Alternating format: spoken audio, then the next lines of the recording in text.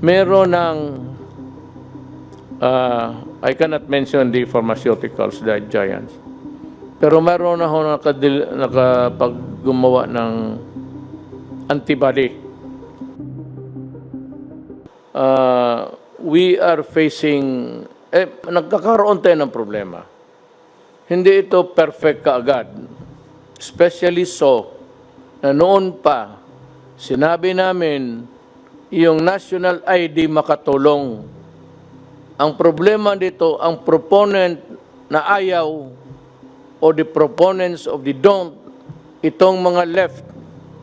Kaya kita mo ngayon, wala tayong ID system until now. Kung may ID system lang tayo, we could have naiwasan natin itong mga to. Because all we have to do, ang kailangan lang namin, tanungin namin yung DILG, ilang tao yung barangay na yan, then ipadala namin yung pagkain at kunin na lang ninyo doon sa tindahan ninyo or the disposal point, wherever it is, ipakita mo yung card mo, ibigay sa iyo. Ngayon, ayaw ninyo, yung iba ayaw magpalista. You are not hindi ka nakatira sa barangay na ito o nakatira ka sa barangay B or C.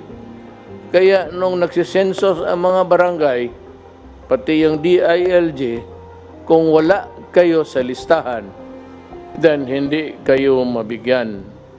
Hindi na kasalanan yan. Huwag kayong magturo sa gobyerno kasi ginawa namin ng lahat noon pa. Kaya gusto nga namin may ID. Mananiwala naman kayo sa mga left, mga komunista. Sige. Doon kayo maniwala. May eleksyon na dadating. Doon kayo. Kasi mahaba pa to. Yan ang problema. So, inaayos namin yan. Gusto ko lahat mabigyan. Ayaw kong may mamatay ni isang Pilipino na gutom. Kaya may another survey tayo. Madalian. Ang dapat yan barangay captain because that is your duty. Inyong duty yan and the mayors to determine sino yung hindi nasali sa listahan at mabigyan kaagad.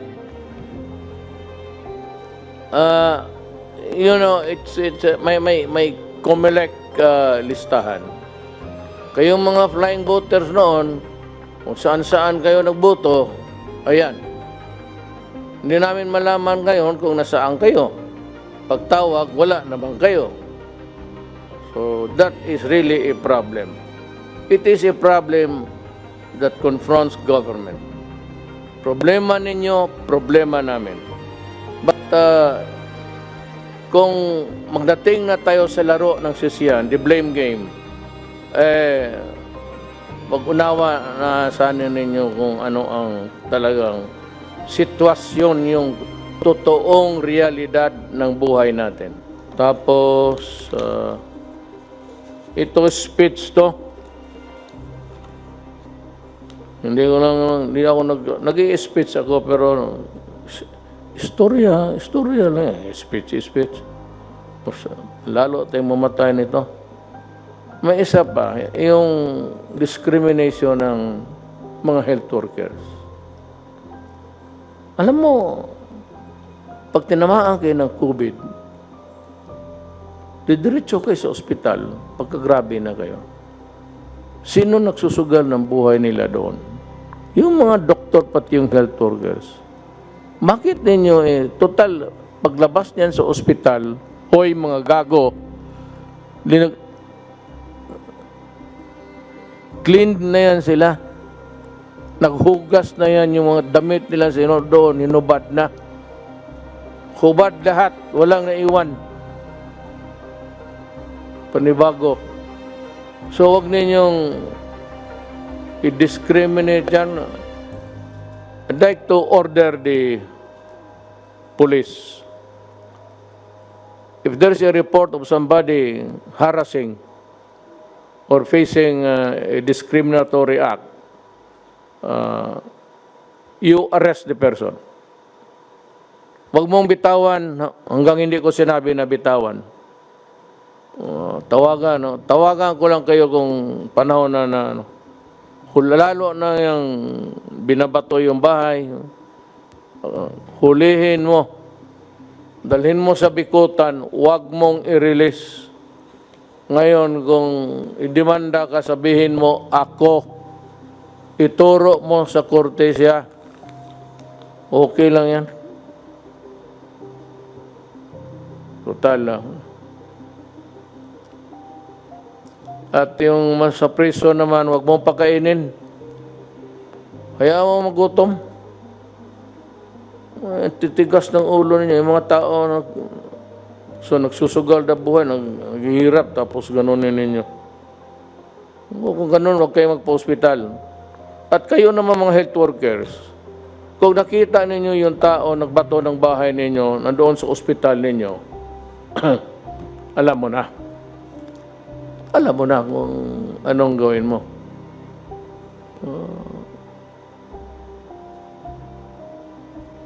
Meron ng, I cannot mention the pharmaceuticals, the giants, pero meron na ako nakapaggumawa ng antibody. Yung antibody na hindi galing sa tao. Yung kasing yung antibody na mag-fight ang ano mo, ang sarili mong antibodies, tapos ma-overwhelm na yung kalaban, yan, gawa ng katawan mo. Mukhang ito sa basa ko, wala akong ginawa, hindi magbasa, makinig, inutusan ko sila, hindi ba na marunong ng ano, hanggang pindot-pindot lang ako. Meron ng medisina, antibody ang isang giant pharmaceuticals. Tapos naghahabulan sila. Sabi, by May, baka they would start to market it. Pabili na nila. Ang problema, sabi nga ni, we are on the last ladder. Ang una niyan yung mga mayaman na, kasi marami yan kailangan. So as fast as they can really manufacture or farm out the product, just retain the copyright para magtulungan sila. Kung meron na yan, tapos makita ko na ginagamit ng tao, ililift ko.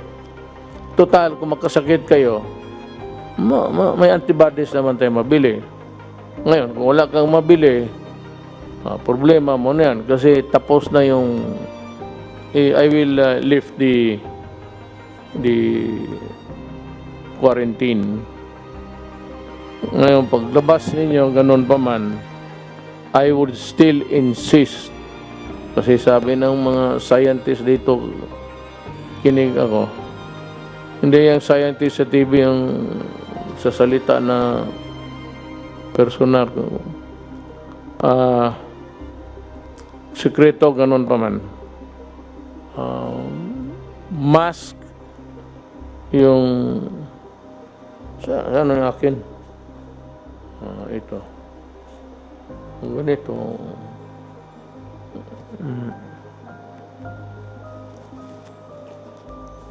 mask, alcohol, pati maghugas.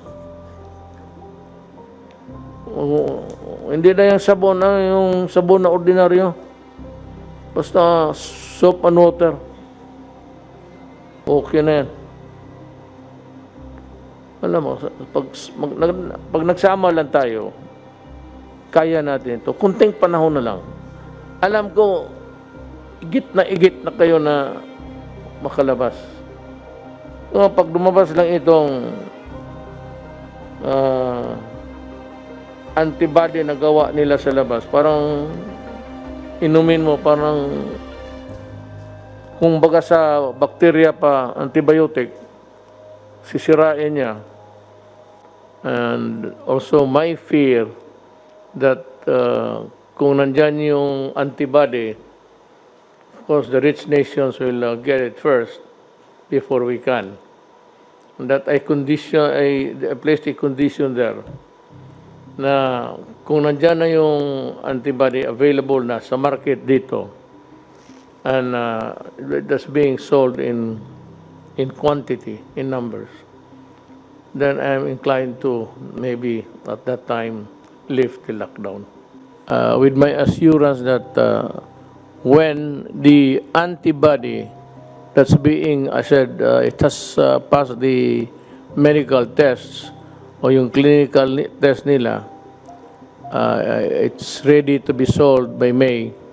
Kung makita ko nandyan at magkaroon tayo ng supply, then I am ready to lift. Kasi wala talagang vaccine. It might come, it might not. But itong antibody, which have been manufactured outside of the human body, parang killer ito na just like the antibiotic. Talagang bibirahin niya yung bacteria. Ito naman yung virus, yung katawan lang natin. But